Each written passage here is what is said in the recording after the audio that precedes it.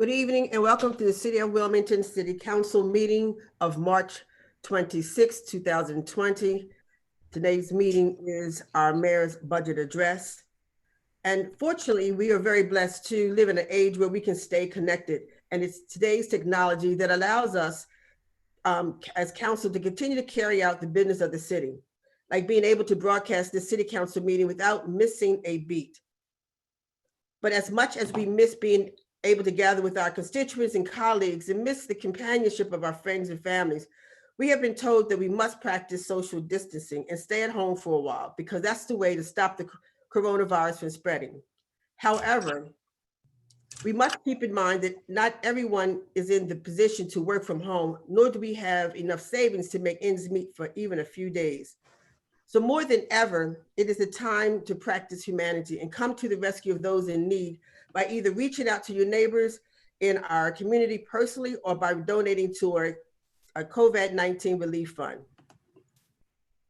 Let's look past the things that has divided us and make sure that we are all here, have each other's back, and to get through this global crisis together without leaving anyone behind. With that, I'll call this meeting to order. We will have the opening prayer by Ms. Andrea Queen.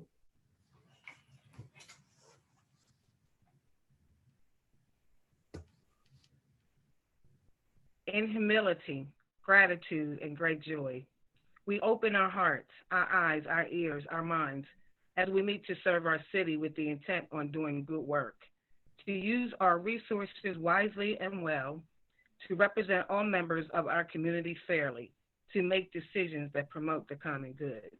We recognize our responsibilities to the past and the future, and the rights of needs of both individuals and community. May our efforts be blessed with insight, guided by understanding and wisdom. As trusted servants, we seek guidance on our deliberations, and on our efforts, may we act wisely and well and strive to reach our higher potential.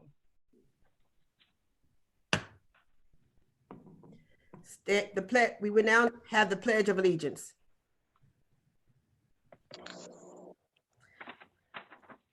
I pledge allegiance to the flag of the United States of America and to the republic for which it stands, one nation, under God, indivisible, with liberty and justice for all.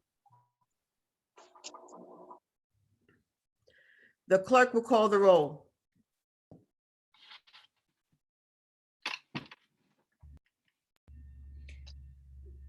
Councilwoman Gray.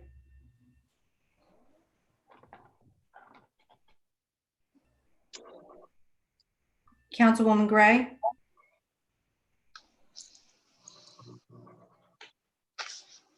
Doesn't look like her microphone is, she has a microphone, just a video. Mayor, come back to her and go through the rest. Councilman Congo. Here. Councilwoman Oliver. Councilwoman Harley. Present. Councilman Turner. Here. Councilwoman McCoy. Councilwoman McCoy. Councilman Johnson. Here. Councilman FREEL. Here. Councilman Adams. Councilwoman Dixon. Here. Councilman Guy. Councilwoman Walsh. Let me see if I can. Here.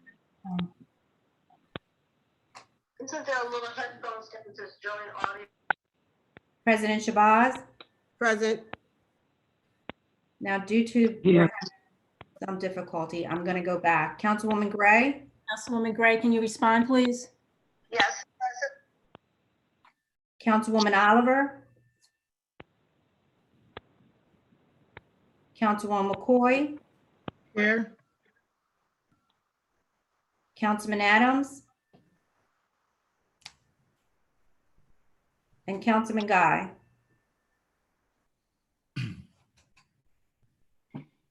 10 present and 3 absent.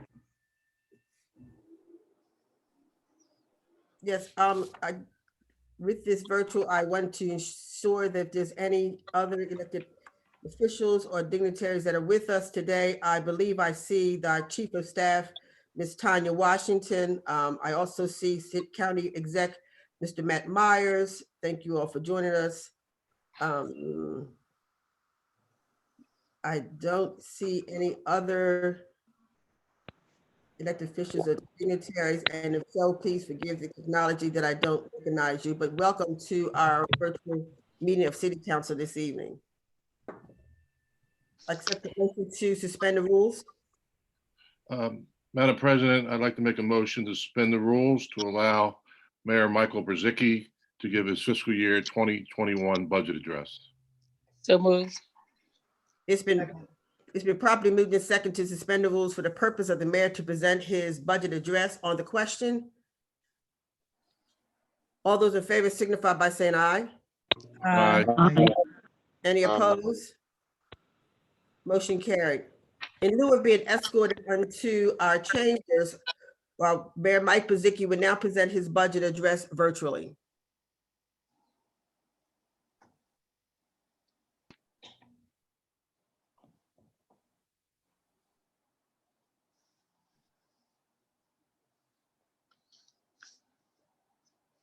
Good evening, Madam President and members. You can't hear it.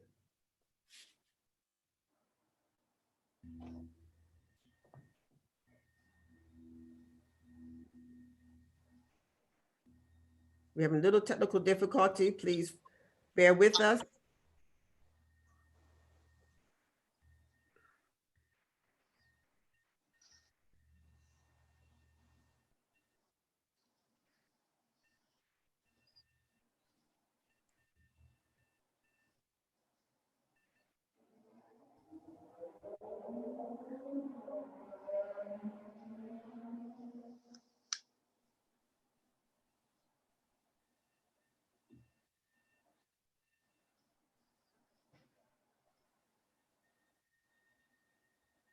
Good evening, Madam President and members of council.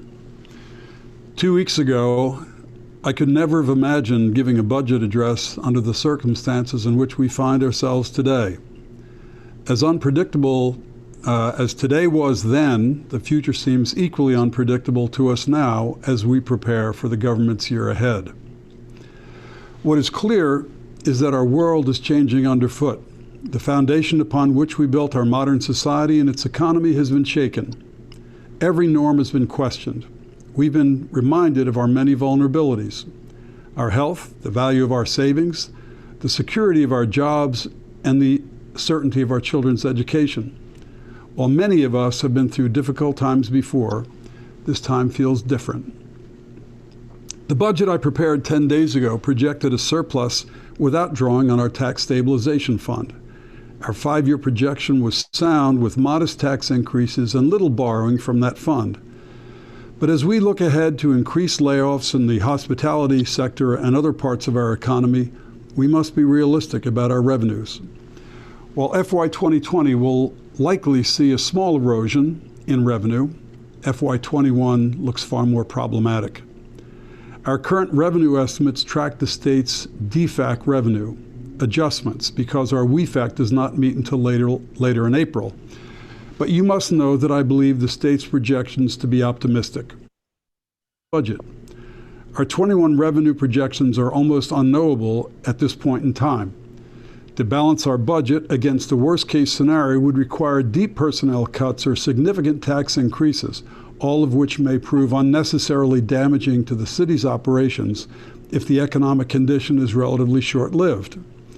My judgment, therefore, is to present a realistic but not pessimistic budget with the expectation that we may use some of our fund balances or even budget reserve if revenues disappoint us and if the economic contraction proves to be unrelenting. In Wilmington, we can be thankful that we have laid a strong foundation over the past 3 years to help us weather whatever storm comes our way. Our fund balance has increased from $34 million in FY17 to a projected $52 million at the end of FY20, a healthy 30% of our operating budget. We have budget reserves on hand of almost $17 million and other unassigned cash of over $5 million. Our capital project programming has restored Hicks Anderson Community Center, Rodney Square, Eden Park, and many of our neighborhood parks. We funded a complete overhaul of one of our firehouses, and I'm proud to point out we made long overdue lobby improvements to the Lewis Redding City County building. Our agreement with Slazianum is resulting in a $24 million rebuilding of the old Baynard Stadium, allowing more public access to that stadium for our kids than ever before. Working with DelDOT, our transportation infrastructure is being improved, and the new transit center across from the train station is nearing completion. Finally, the $20 million Southbridge Wetlands Park is well under construction with completion scheduled for this summer. The private sector made enormous investments in the city in recent years, literally hundreds of millions of dollars invested in the city. The downtown is unrecognizable from where it once was. The riverfront continues to thrive. There are over 1,000 apartments completed, planned, or under construction. 3 new hotels are now open. New restaurants like Bardea and Deco, the reimagined Green Room, Torbert Social, Makers Alley, Crowbar, and Stitch House, to name a few, opening across the entire city. A 7-mile Markel Trail was built from the riverfront to Newcastle. The $50 million bridge and road project built across the Christina will lead directly into the new 76ers field house. And the Pine Box, a 150,000 square foot soundstage, is under construction as we speak on the 7th Street Peninsula. In the Northeast, Reach Riverside and the Housing Authority are together moving ahead on 600 residential units in the Riverside community. The Warehouse, a teen center by teens for teens, built to nurture our young people, has been opened. The Flats continues its ambitious and transformative residential construction project on the city's west side. Crime has been reduced under the leadership of Police Chief Robert Tracy. Violent crime continues to fall year over year since 2016. Homicides in 2019 were down 43% from 2017 and still down 19% from 2018. Our police department is functioning at a very high level in every way, including having the highest levels of community engagement and the highest clearance rates in a decade. To support our police department, we are partnering with the state on group violence intervention to give former offenders unprecedented healthy life choices. And we are proud to have former Chief Bobby Cummings leading this important effort. Thanks to our clean teams, typically comprising members of the community served, the streets and our neighborhoods are cleaner than at any time in recent memory. We are hopeful under this budget that we can continue to expand this most important service. We have an agreement with Delmarva to install LED smart lighting throughout the entire city over this next year, as was done earlier this year in West Center City. The Department of Public Works will add all city fixtures to this effort, making all of our neighborhoods brighter and safer. We've improved the inner workings of the city by installing an accountability measure in every department through the use of CityStat, a management tool that employs bi-monthly performance assessments of each and every department. We performed rental inspections for the first time in a decade, 1,700 this year alone, thanks to Commissioner Jeff Starkey and our outstanding license and inspection personnel. We are getting ready to launch a paperless digital permitting system, which will make it far more efficient and user-friendly for our developers and our builders. Committed to being more customer-friendly, the time to pick up our customer service lines has been dramatically reduced from over 6 minutes to a current 21 seconds. The city website now employs a public information platform called OpenGov, where virtually all city financial and project data is available in real time to all of our citizens. A 311 system is being beta tested today and should be ready to launch in late May. In an effort to build our city's brand in the region, we have worked with our private sector partners to launch an ambitious marketing and branding campaign called It's Time. Using a variety of media platforms, we are telling the Wilmington story to our entire region. So the news is generally good in the city buildings, the downtown, the riverfront, and in our healthy neighborhoods. But our challenges remain. We continue to suffer from too much poverty, blight, and crime in the poorest parts of town. There are too many guns on the streets, and sadly, too many carried by children. Our school system must be challenged to be responsive to our kids and their special needs. Our housing stock must be improved so our children grow up living in a healthy environment. Landlords must be held to account for substandard living conditions, and City Council must give us the tools to fight the slumlords. Council, you told us that the original ordinance was too complicated to digest at one time. Fair enough, we heard you. In response, we will break up that ordinance into 3 separate ordinances, and hopefully Council can schedule hearings soon and get action on this legislation so critical to the health of our neighborhoods. Every successful city has an aspirational image. What is ours? If we aspire to a brand, it is no longer to be the chemical, corporate, or credit card capital of the world, but simply to be what Harvard professor Tony Griffin calls a just city. One that is prosperous but fair to all of its residents. One where doors to prosperity are open to all.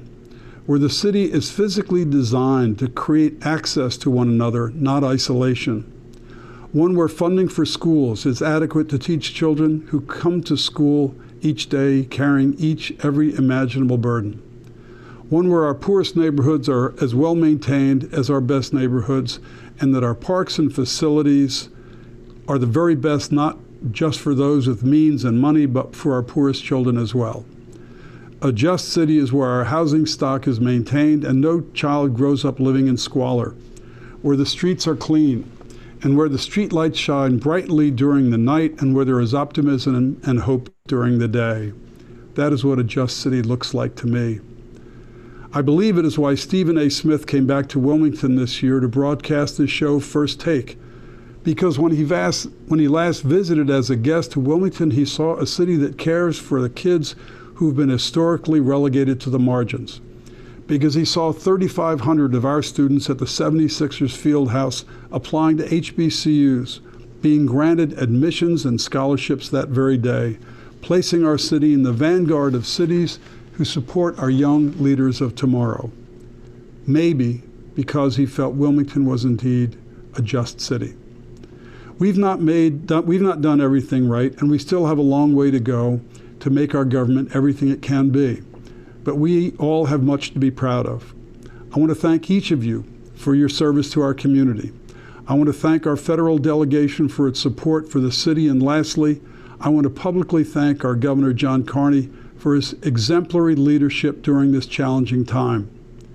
As I said earlier, things are changing at light speed. We have no idea what will have happened to the economy by the time Council considers this ordinance. While this document presents a baseline of our priorities, planned expenditures, and projected revenues, it should be our expectation that we work together to meet the challenges ahead, remaining as aspirational as we can be while dealing with the economic and social realities as we find them. Thank you.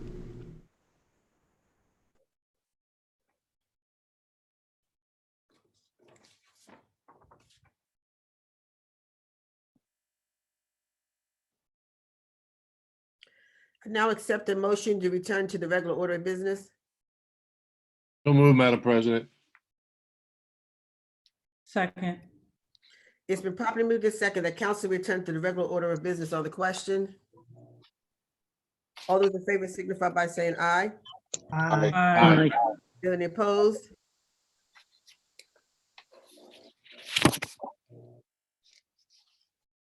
And, Cyril Adams is in attendance. Yeah, yes, I am, Madam President. Thank you. Please mark him present. We now have the reading of the minutes of our previous meeting will be accepted at the April 2nd council meeting. City Treasurer's report. As of March 26, 2020, Total investment, $397,088,146.02. Total cash on hand, $14,770,260.87. Grand total, $411,858,413.89. Velda Jones Potter, City Treasurer. I move the treasury report be received, recorded, and filed. Second. Second.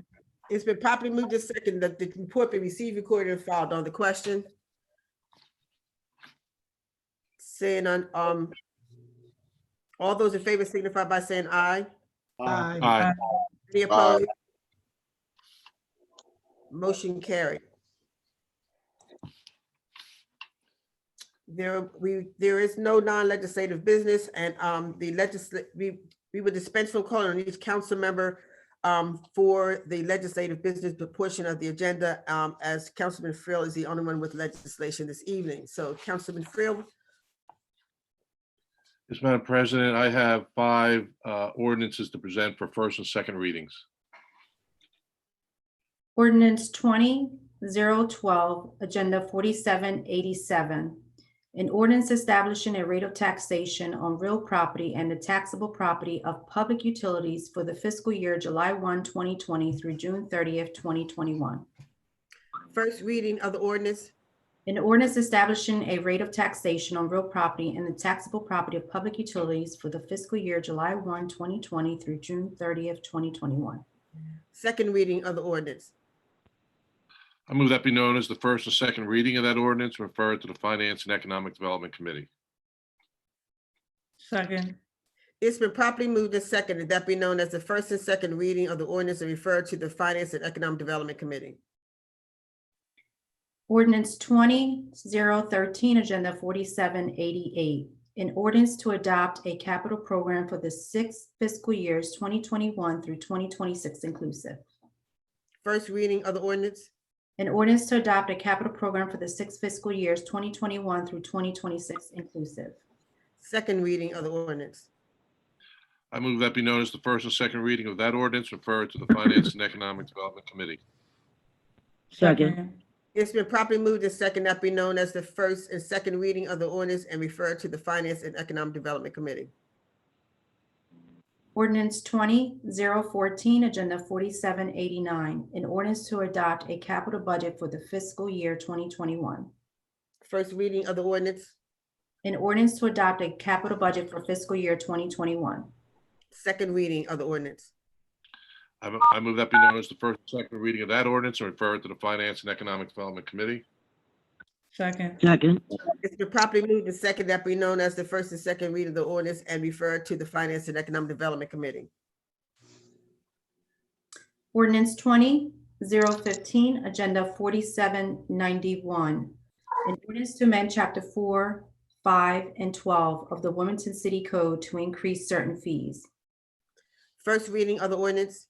An ordinance to amend Chapters 4, 5, and 12 of the Wilmington City Code to increase certain fees. Second reading of the ordinance. I move that be known as the first and second reading of that ordinance, referred to the Finance and Economic Development Committee. Second. It's been properly moved and seconded that be known as the first and second reading of the ordinance and referred to the Finance and Economic Development Committee. That's it, Madam President. Don't we have one more? Do we have one more? 47, agenda number 4790. I didn't think I read that. I didn't hear that one either. Yes, the operating budget. 4790. Agenda number 4790. Apologize. 4790, 1 second.